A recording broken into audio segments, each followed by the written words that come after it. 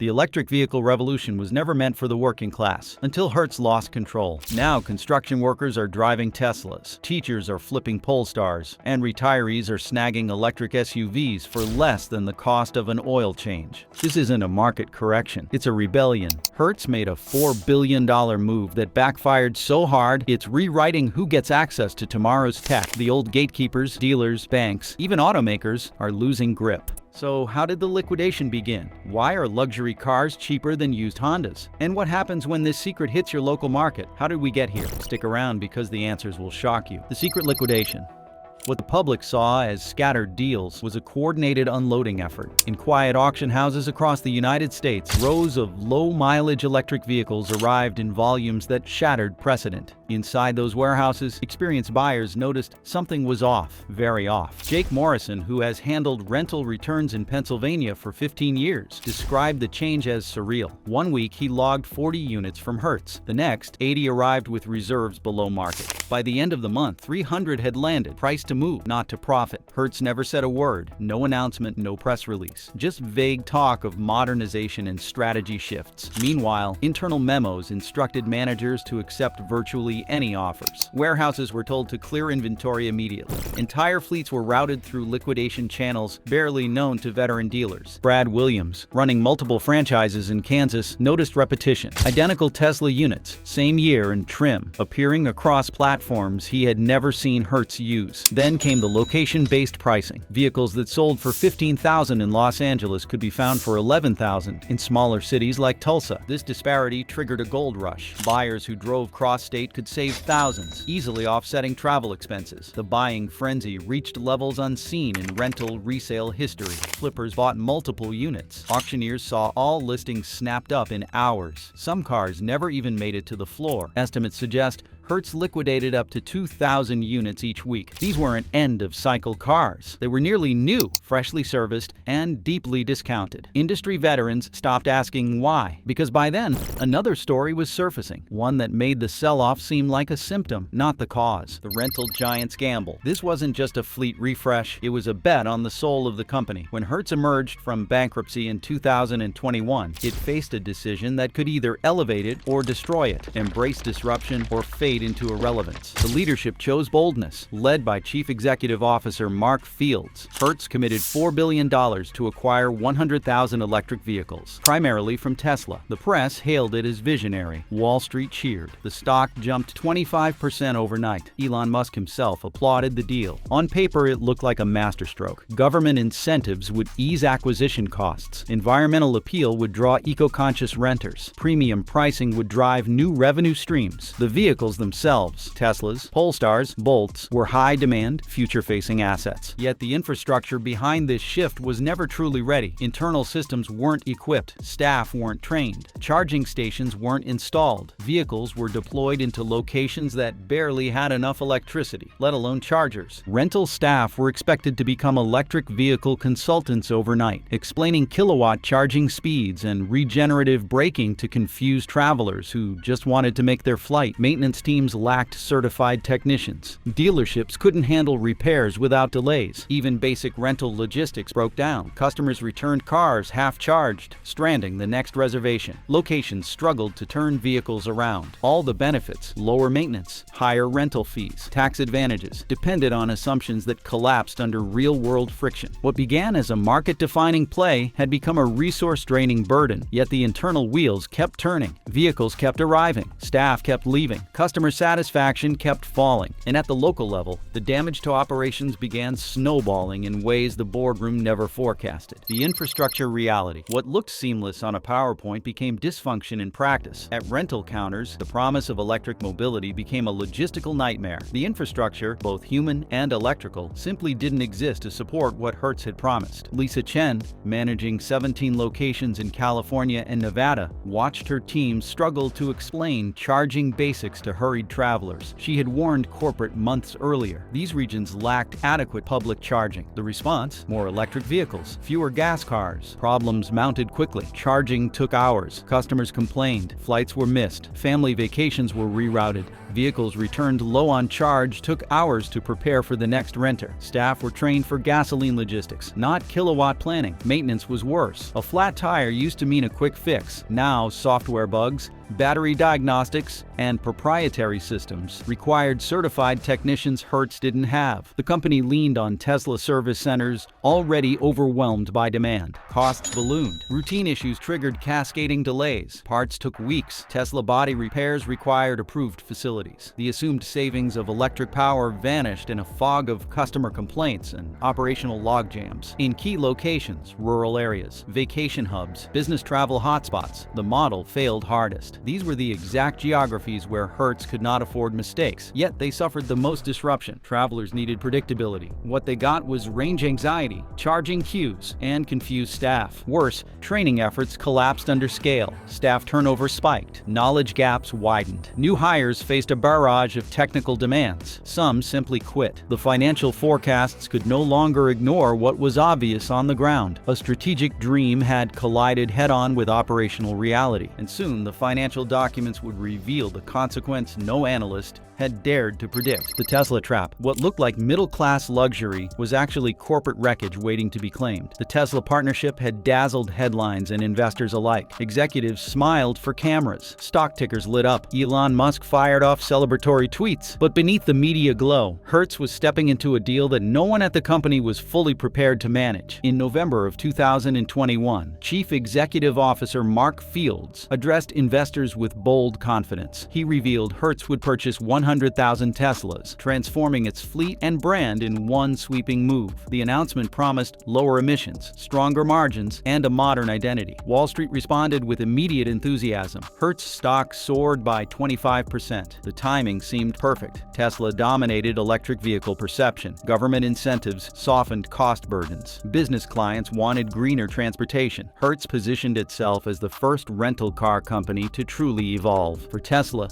the benefits were equally strategic. The deal secured production for 12% of its annual output, reaffirmed its commercial relevance, and further cemented its brand dominance. The stock market cheered again. Yet both sides ignored structural risks. Hertz bought in at peak pricing during historic supply shortages. Tesla redirected supply from retail buyers to meet the order. The partnership locked both firms into mutual dependency based on optimistic forecasts and fragile resale assumptions. Inside Hertz, the initiative quickly consumed internal priorities. Electric vehicle deployment became a corporate crusade. Managers were told to clear gas-powered units and prepare for a fully electric future. Then, as prices began collapsing, the downside of this celebrated transformation finally came into focus. We dug through internal auction cycles, liquidation memos, and regional fleet timelines, so you don't have to. Now you know exactly when and where Hertz vehicles hit their lowest prices. If that shortcut saved you hours, drop a like or hit subscribe. That's all we ask. The Depreciation Disaster. Jennifer Walsh had managed fleet depreciation long enough to predict resale patterns with precision, until electric vehicles rewrote every rule. Just months into Hertz's electric expansion, vehicles that once seemed like assets began hemorrhaging value at unprecedented speed. Tesla Model Ys, purchased for $85,000 in early 2022, were worth $35,000 by the end of the next year. Chevrolet Bolts, acquired for $35,000, dropped below $15,000. Even Polestar sedans, originally valued at $70,000, struggled to fetch $25,000 at auction. The catalyst was Tesla itself. In an attempt to stimulate consumer demand, Tesla slashed new car prices in waves. With every reduction, $15,000 here, $20,000 there, Hertz's existing fleet lost resale value overnight. The same units now cost less brand new than what Hertz had paid used. Market saturation accelerated the fall. Other automakers rapidly deployed electric vehicles, expanding choice and diluting Tesla's cachet. Ford's Mustang Mach-E, BMW's I-Series,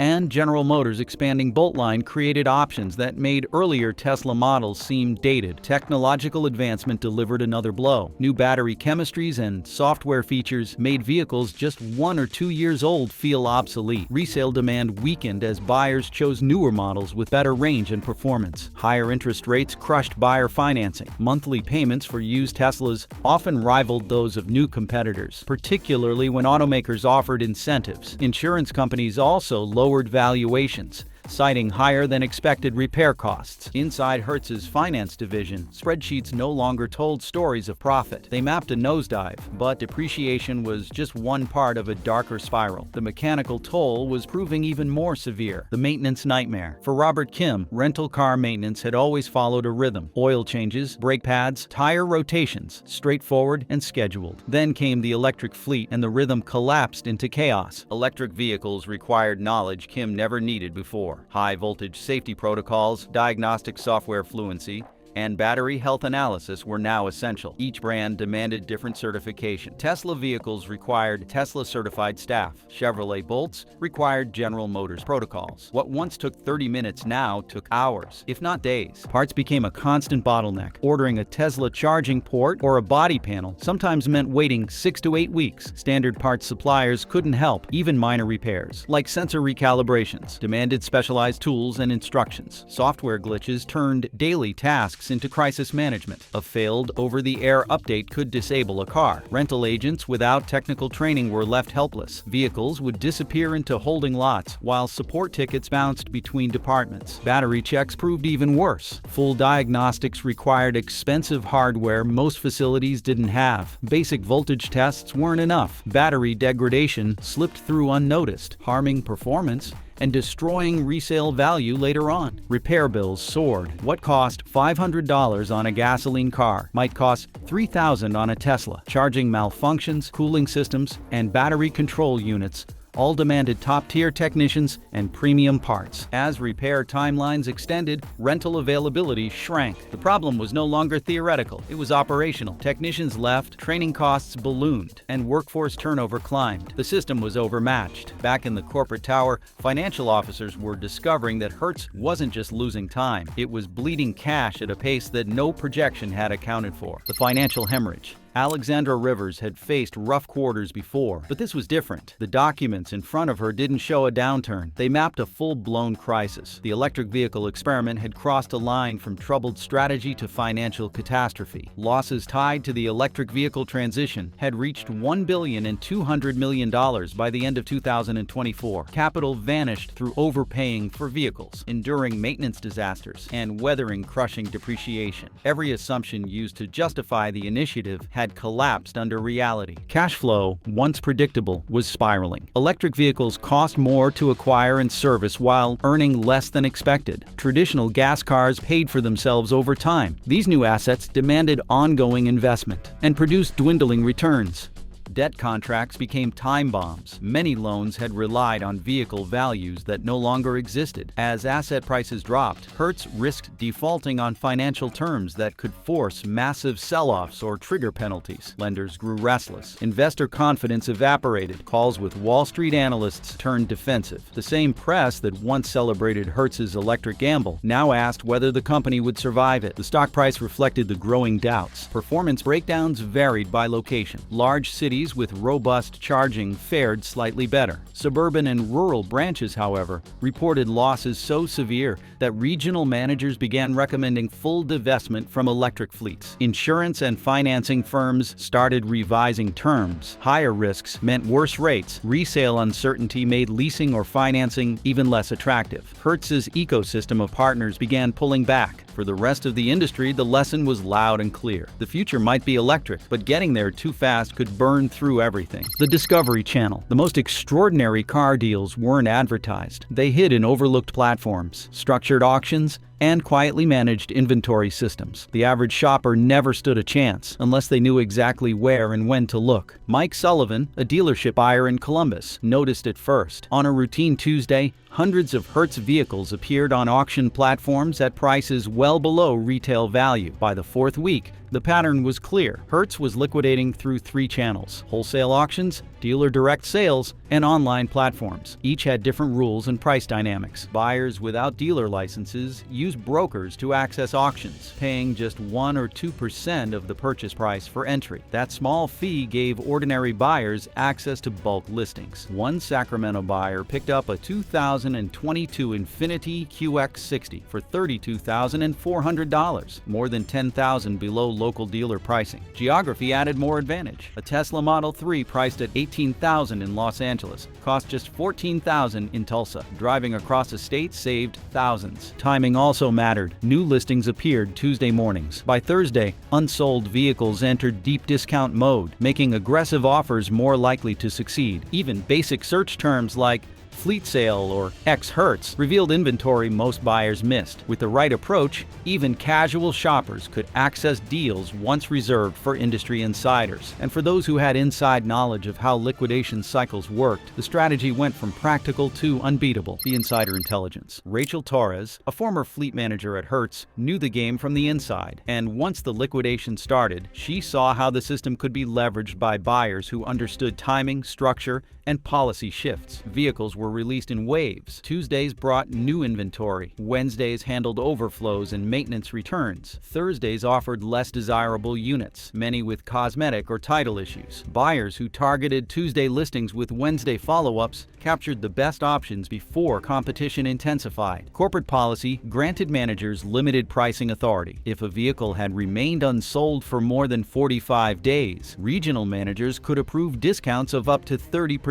Local branch managers, desperate to move cars, were empowered to accept reasonable offers without corporate review. Smaller cities offered huge advantages. While Los Angeles and Chicago got premium units, places like Tulsa and Spokane received identical models priced thousands lower due to lighter market pressure. Savvy buyers knew to search outside major hubs. Fleet maintenance logs added unexpected value. These vehicles, despite higher mileage, came with detailed service histories, something private sellers rarely offered. Buyers often got better maintained cars for less. Broker services eliminated traditional barriers. For a modest fee, buyers accessed wholesale markets, handled paperwork, and arranged delivery. No license required. Even financing became easier. Hertz partnered with local lenders and credit unions, streamlining approvals and moving vehicles faster. With this blueprint, buyers didn't just save money, they bypassed the entire dealership structure and entered a world few private individuals had ever accessed before. The evaluation protocol. Carlos Rodriguez had seen thousands of used vehicles, but electric models forced him to throw out his old playbook. Standard inspections didn't reveal the most expensive problems. Battery health, software performance, and charging port integrity became the new must-check items. Battery degradation topped the list. Teslas allowed users to check range data directly. A vehicle with less than 90% capacity and under 30,000 miles raised red flags. That alone could mean thousands in lost range and early battery failure. Charging ports told hidden stories. Frequent plug-ins by renters could wear out internal connectors. Bent pins or corrosion caused slow charging or failure. A test charge during inspection often revealed what visuals didn't. Software testing was essential. Everything in electric vehicles ran on code. Climate control, drive response, even the speedometer depended on glitch-free updates. Vehicles missing updates or running unstable versions required expensive dealership intervention. Electric drivetrains brought their own issues: cooling system malfunctions, controller failures, and motor degradation that weren't visible but still costly. Buyers needed professional assessments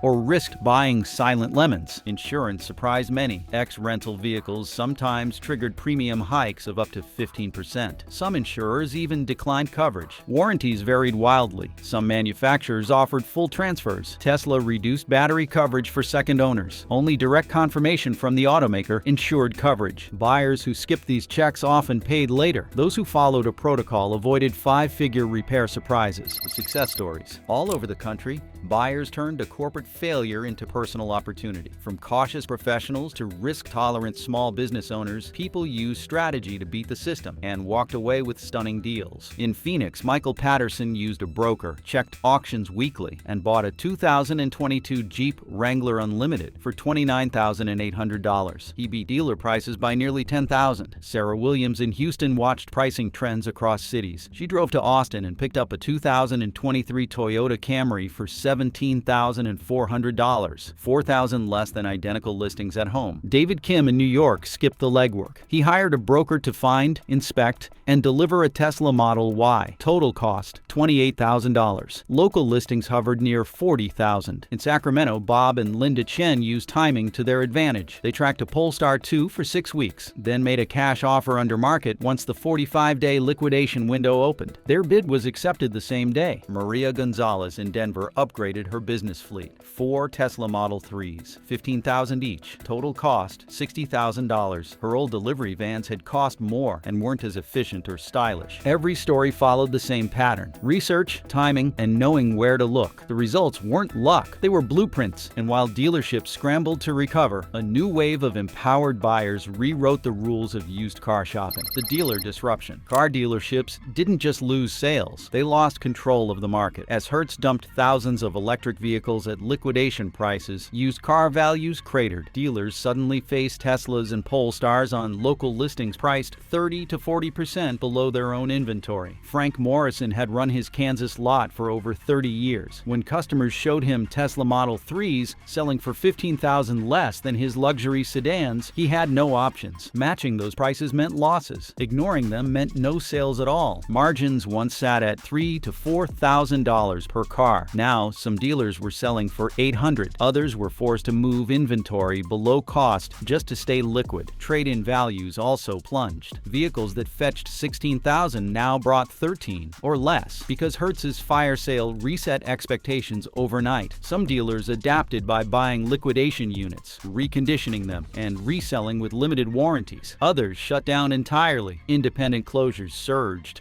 and analysts warned that up to 10% of small dealerships could vanish if conditions held. This wasn't just a pricing problem. It was a collapse of a model that had survived for generations, and it hit the heart of the retail auto business, the industry awakening. Inside boardrooms, the ripple effects hit fast. Hertz's collapse forced rental giants and automakers alike to rethink electric vehicle strategy. Enterprise canceled 30% of its planned electric vehicle acquisitions after reevaluating charging logistics and depreciation risk. Avis froze electric fleet expansion entirely, just months after nearly striking a Tesla deal. Tesla's own fleet strategy came under pressure, with resale values falling and liquidation flooding the market. Commercial buyers began demanding protections in future deals. Lenders grew nervous. Loans backed by electric vehicle fleets faced covenant breaches as collateral values fell. Securities linked to fleet performance were downgraded. Insurance firms adjusted too. Higher repair costs and longer downtimes meant steeper premiums, or full denial of coverage in some cases. Charging infrastructure companies delayed rollout plans. Lower rental demand meant fewer users, making expansions less viable. In the end, it wasn't just a failed experiment. Hertz's collapse became a warning. Even the future needs guardrails. The demographic revolution. The biggest shift didn't show up on a balance sheet. It showed up in driveways. Hertz's collapse opened the gates to electric vehicles for people who never thought they would own one. The liquidation put high-tech cars in the hands of working families, small business owners, and students. Miguel Santos, a construction worker in Bakersfield, never imagined driving a Tesla. His pickup had 200,000 miles. When he bought a 2022 Model 3 for $14,000 through Hertz's liquidation, it changed more than his commute. It changed his perception of what vehicles were supposed to be. Delivery services and contractors jumped at the opportunity. Electric vehicles suddenly cost less than aging gas vans. A plumbing company in New Mexico wrapped their Teslas in company decals and promoted carbon-free service, attracting customers in eco-conscious neighborhoods. Geography shifted too. People in places like North Dakota and rural Alabama began buying electric vehicles, not because they were trendy, but because they were cheap. These were second cars or commuter tools, not statements, just smart buys. Parents gave liquidation Teslas to their college-aged kids. Young professionals made their first car purchase electric. The high-tech gap started to narrow across income levels. Charging behavior changed changed alongside ownership. Home charging stations popped up in lower-income zip codes. Local power utilities saw usage spikes in areas they hadn't expected for electric vehicle growth. What began as a financial disaster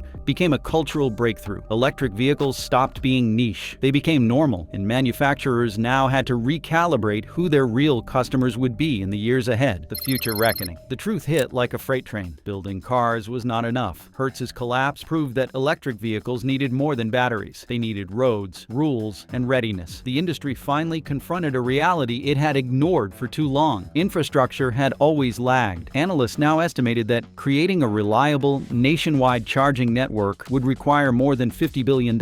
Everyone had assumed demand would build the grid. Hertz showed the opposite. Without a grid, demand collapsed. The problem wasn't just stations. It was training, maintenance, diagnostics, and logistics. Rolling out tens of thousands of electric vehicles without technician support or charging density was like launching a fleet without roads. Stabilizing the market would take time. Experts predicted a full 2 years before used electric vehicle prices normalized. Manufacturers cut production. Resale values cratered. Consumers paused. The bubble had popped. Tesla had to rethink its entire production model. Other automakers followed suit. Assembly lines slowed. Forecasts were revised. Launches were delayed. But what do you think? Should policymakers rethink electric vehicle mandates after the Hertz collapse? Did investors overhype a fragile market? And are international competitors right to slow down and focus on infrastructure first? Drop your thoughts in the comments. We read everyone. Thanks for watching, and if this gave you a new perspective, consider subscribing.